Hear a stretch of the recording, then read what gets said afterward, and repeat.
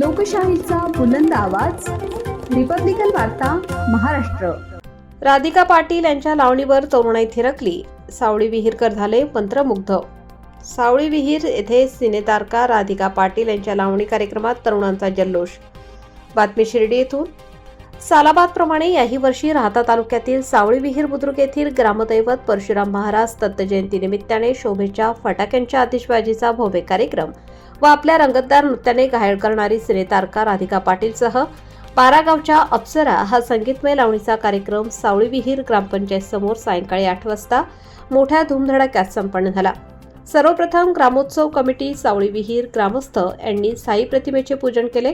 आपल्या बहारदार नृत्याने तरुणांना भुरळ पाडणारी राधिका पाटील व त्यांच्या सहकाऱ्यांनी बहारदार लावणी नृत्याने यारावजी, बसाभाऊजी, पाटलांचा बैलगाडा, चंद्रम, माझ्या झाडावरती चढू नका, लैला मै लैला, त्याचप्रमाणे हिंदी गाणे यावरही नृत्याचे सादरीकरण केले. त्यांच्या लावणी नृत्यावर तरुणाई थिरकली. यावेळी जनतेकडून अनेक पारितोषिके या कलाकारांना देण्यात आले. कार्यक्रमासाठी सावळी विहीरचे सरपंच, उपसरपंच, ग्रामपंचायत सदस्य, सावळी विहीर सोसायटीचे चेअरमन, व्हाईस चेअरमन, सदस्य, ग्रामोत्सव यात्रा कमिटीचे अध्यक्ष, उपाध्यक्ष, सर्व सदस्य, सामाजिक कार्यकर्ते, पत्रकार उपस्थित होते.